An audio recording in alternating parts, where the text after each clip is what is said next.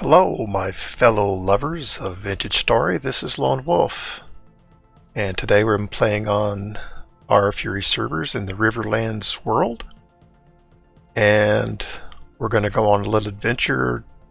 I've spent most of my time recently working on infrastructure, and I haven't been in the right mental state to be recording, so there hasn't been a video from me for a long time.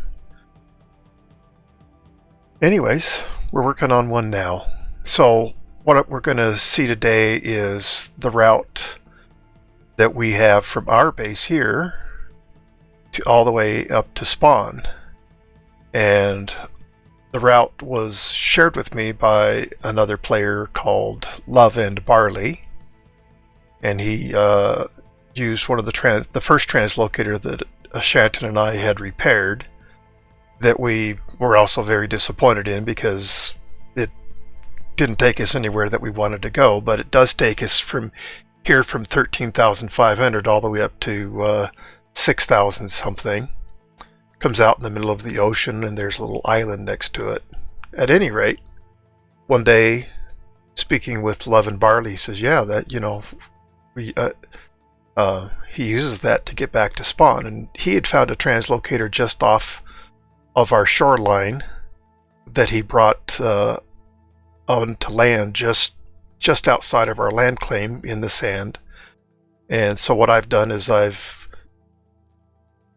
taken what he did and I've connected it to the entrance to our translocator, and I've put up a couple of signs and dug the tunnel and connected it to the one that he'd made, and I just eliminated the second entrance, and have been grateful to have that route available to us. And that's how I was able to go to the pumpkin carving area so that I could participate in judging that event.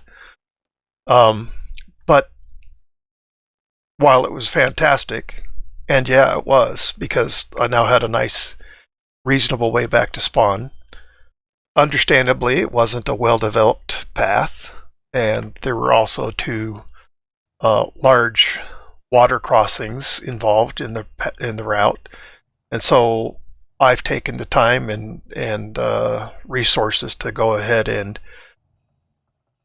thoroughly work that route to where now it's a 2-path wide, and bridge, nothing, you don't have to get on the water at all. I've built bridges over the waters, etc. Anyways, I wanted to share it, but absolutely, first and foremost, I need to make sure that it's understood that the credit for this route belongs to Love and Barley, and a shout out to him for establishing it. So let's see what we can do. Hopefully you'll find this interesting. Oop. Let's not start off with me falling off of anything.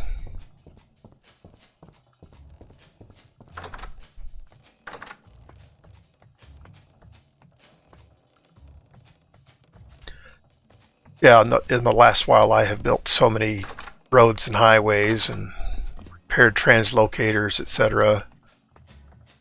I haven't done a lot of what I would call adventuring. Certainly have to, do the continuous things, take care of the farms, replace fuel, etc., while we continue to make steel and such. And so we've got those things sitting pretty good right now. And in the meantime, I've gone and done all these things. So here's the entrance. And you can see we've got the sign here telling you, hey, you go through this translocator, it'll get you to spawn. And the second one, go down the path and you'll end up at Love and Barley's place. So I definitely, one of the things that's important to me is giving credit and acknowledgement to those who have worked so hard to establish things, and make sure that that credit certainly doesn't solely belong to me. I mean, yes, I've done lots of work, but it's only because of what Love and Barley did that this even exists. So we put up a little sign here, Ash and I, when we repaired the translocator, and then we did this horribly ugly thing to get up to the island. But since then, Love and Barley or whoever, I don't know, has established this route. And so I've just got a sign here that says follow the path to the next TL to get to the west teleporter to spawn. And it's a long path, so that's intended to help people not become discouraged and think, oh, I've lost my way. All of this was open here too, so that made this area through here subject to drifters. And now with it all enclosed, there's no place right here for drifters to spawn because they don't spawn on path blocks. And the only blocks that they could spawn on would be the path blocks, therefore no drifters spawning in there. Even without it being lit, they just can't spawn on those blocks. So this was established, it was great. Came out, and here's where you'd get on the raft, and you would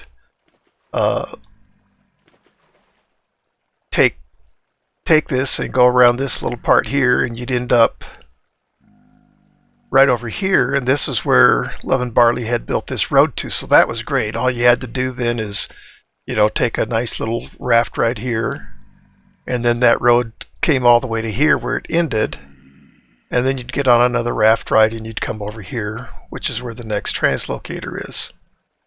So what I've done is I've made it more how I like it. I mean, you can still use the rafting.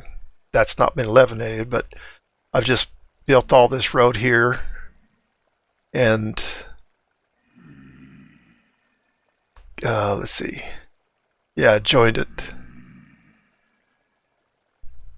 joined it up to Love and Barley's path here, and then went down his path, and then I've just extended it on. So let's see what this looks like. Depending upon the equipment you have, and if you have a chest on your back, or what kind of chest, what kind of speed penalty it gives you, to get from my base to spawn takes between 9 and 11.5 minutes. So there you go. So one of the rules on our Fury is that you have to support your bridges, and I've done that. These little dirt blocks that are sitting up around the side, those are adjoined to pillars that go all the way to the ocean floor. But when the ocean floor gets to be that deep, it's death. At least for how I know how to do things, to go down there and put pillars. So we've got supports where I can put them, and doing my best to comply with the rules on our Fury. But it's imperfect. We got a friend here to greet us, huh? Oh, he got a double tap. Come on. Come on, Wolf. You can do it. And I'm a person that likes the area to be clean, so I like to remove the grass from my areas where I build my roads. I don't try to remove it from the whole world. That's not my point. I just think the roads look much nicer and neater without the grass right next to it, or without anything right next to the path. So I'm not going to sit here and break all the grass all the way through here. Came upon fantastic clay deposits here, and this was a lot of terraforming to get all these things in. If you've ever tried to make a path like this, then you already know. And now this is just a lovely, lovely trip. I see somebody had started napping a piece of flint back there, but they didn't finish. It just was just off the peripheral. You might have not have seen it, but you know, here we came up to this big giant wall and tried to go around it, but in the end it's like, no, just go through it. That seems like the best solution. And of course I've widened it out. My personal preference, there are no absolute rules for me in my personal rules of road building. I like to make it so that you can get off of the path anytime that you want, so that you're never trapped there. So if, you know, drifters or whatever spawns on the road, you have a way to get off, go around, avoid it, whatever. So I also like to have at least one gap off each side of the path, so that I don't feel claustrophobic. It just feels nice and wide and open. Did a lot of work to go and collect berry bushes so that travelers, if it's in season, can have access to some food. I've actually seen comments way back in the day where people actually criticized road builders because they hadn't put berry bushes along the road. Well, anybody that feels that way, I've got something to say. Ain't my job to feed you. Not my job to build the road. Your job is simply to say thank you. And any criticism, uncalled for and very selfish in my opinion. Nevertheless, I love building these roads. I love seeing people use the roads. It makes me feel happy inside. And I certainly enjoy the roads that others build too. And so we've just tried to post signs all along here just so that you know that, yeah, you're still on the right path, the right direction. And of course, signs coming the other way to help you know how to get back towards my base. And then you can continue on to Love and Barley's and whatever else you want to do. So I've tried to document the route. This is where we used to get off and go for a big swim. So instead of having a sign here saying, okay, hop on your raft and go swim over there, and I would have the coordinates, now I just say, yep, just keep going. Trying to make the route really simple to follow. And so far, anyone that I've interacted with that wanted to come trade with us or whatever, that wanted to come to our base, they've been able to find us, so that's good. I think there is one sign lacking over by the west teleporter because there's actually two choices to go, and I do not have a sign posted at that intersection as to which way you're supposed to go, so I guess there's at least one more sign I need to add. But all of this, went through lots of tools making all this stuff, but for me this is a labor of love. I thoroughly enjoy it. I get a kick out of it. I certainly enjoy the product in the end because I use these things. So, like I say, it makes me feel really good inside when I see that other people are able to enjoy my hard work, and people do express gratitude, and that's nice.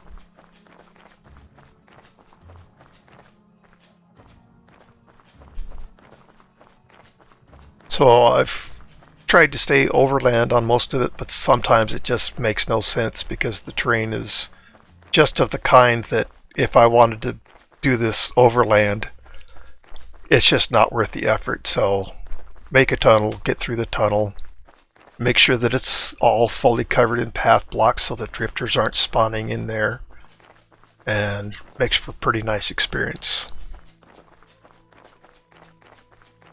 I do try to form up the entrances nicely. I am not trying to light them.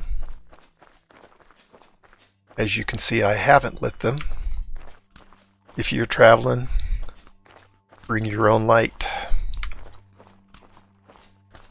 If it was a major thoroughfare that everybody wanted to use, something around spawn, then that might be different, but this is not a high traffic route as far as I know. And if you play with settings the way I have my game set up, you should be able to see that I'm not carrying any light, and yet even though it's 12:22 a.m., that is to say just after midnight, the world is nice and bright and I can see what I want to see. One of the reasons I play this way is that it makes for bright videos. You can see everything that I'm seeing. I find it frustrating when watching some videos and it's just pitch black, and it's like, well, I'm glad the player can see what he's doing, but it's not, to me, it's not particularly good for the viewing audience. So yet another sign here saying, hey, translocated there. this was the other side of the rafting point, so you had to raft from there over to here. No big deal, but I prefer the overland trip. One of the reasons I like that is I can get off and go explore anytime I want. I'm pretty much guaranteed to discover nothing when I'm on my raft. When I'm on the land, you know, I can get off and explore and do whatever I want. Anyways, just my preference. I also love, doing the rafting thing too, but this is my preference. So here we've got signs up, again, trying to document it well. I'm certainly not so prideful that I'm not not accepting of input. By all means, if there's something I could do to make it easier, I'm happy to hear and see what I can do to accommodate that.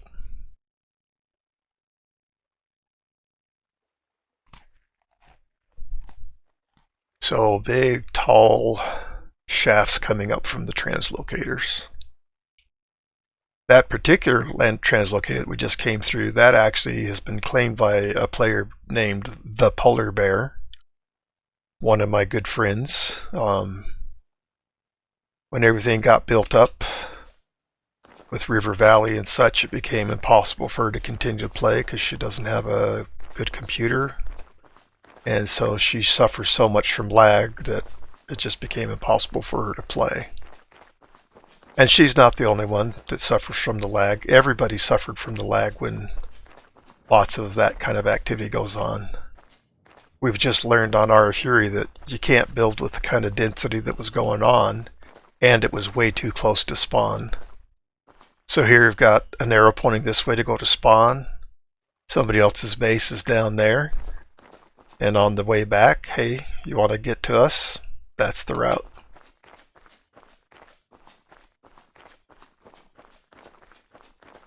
And it's really unfortunate for all those that worked on that, on River Valley and everything, because it was fantastic what they were doing. It's just unfortunate that it was causing problems for other players, and it's a subject that was discussed over and over and over about not building near spawn. And while it's basically 500 blocks from spawn, obviously it's still too close to spawn. It's not that you can't have a settlement, but it's not that you can't have a base that close. You just can't have a big city that close. Because when somebody logs on at spawn, all of what that city requires to be rendered starts firing off. And it causes server-wide, not just personal lag, but server-wide lag. And we just have to make sure that we don't repeat the mistakes of the past, because on Mystic Winds we had an incredible town. It was called Lake Town. It was fantastic, but the building density, the buildings were right on top of each other. There's a beautiful marketplace. The buildings were fantastic, incredibly skilled builders and chiseling and everything, but it made the entire place impossible to approach without going through serious lag, even with a really good computer. So, which I have a good computer. So this is where I don't have a sign up. So I should put one up, because somebody that was coming to our base took the wrong turn because I didn't have a sign up letting him know, hey, you need to turn this way to go to Ashanton and LoneWolf's base. So let's just take care of that.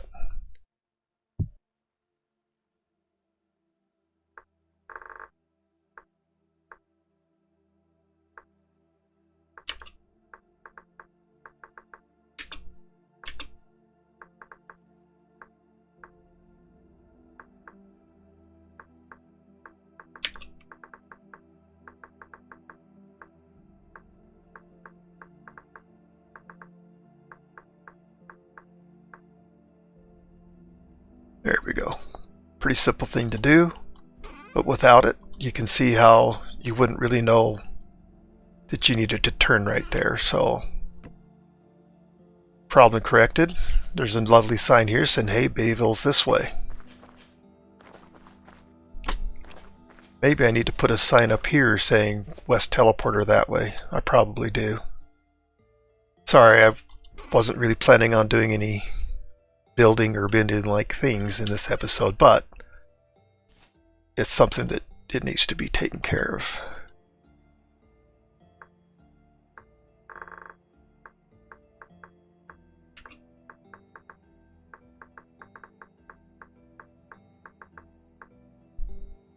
There we go. Very simple. Easy to do. And now that kind of, as far as I know, I don't need any more signs. So here we are. I did do a little bit of work here. I put the path. This was just sitting out here in a pile of grass. Wasn't real obvious. All these signs were here, but nothing letting you know, hey, this is, you know, how you get to spawn. Anyways, let's step on the teleporter and go to spawn. And here we are. So spawn is always important on a world because it's how the community comes together. If we look at the map, and I don't have signs everywhere, but if you look at the web map, it becomes really obvious. Oh, we got friends here. Or friend. Of course, I say that with all sarcasm. Anyways, if you want to get to River Valley, you know, you follow this path. If you want to go to Bayville, you follow this path. If you want to go to Cernix, you know, head over this way. You want to go see the pumpkin carving area, you go that way. So spawn is a really important place, and without having established routes, it does make it difficult to get around. And so with the pass, then you have much more of a sense of community because now you can trade with each other. And that all builds to, you know, a community. Being able to interact, do things with one another. Oh, that stupid drifter has been blocking every arrow going at this guy. I consider that to be a bug, because I'm clearly aiming above the drifter, but this is just how this version of Vintage Story is like this, as were the others. I see I've got another Goomba wanting to die. I'll be happy to help him die. What's the rift activity? It's just medium. Anyway, so just getting back to my point. Everybody comes to spawn. Everybody can know where spawn is. And so that is just a nice way to tie communities together and just make everything nice. So you can get to Bayville this way over the path that actually goes to River Valley. Or you can get to Bayville this way. Turns out that going the north route is actually a little bit quicker now because there was a translocator that was discovered. Goodbye, Drifter. Hope you enjoyed your ride. So this is it. This is what I wanted to share with you today. I hope you've enjoyed it. I've had fun making it, and if you like the video, click on that like button. If you like what I'm doing, consider subscribing to my channel. And thank you to all those who have. And as always, come watch the next episode, won't you? Thank you, and goodbye.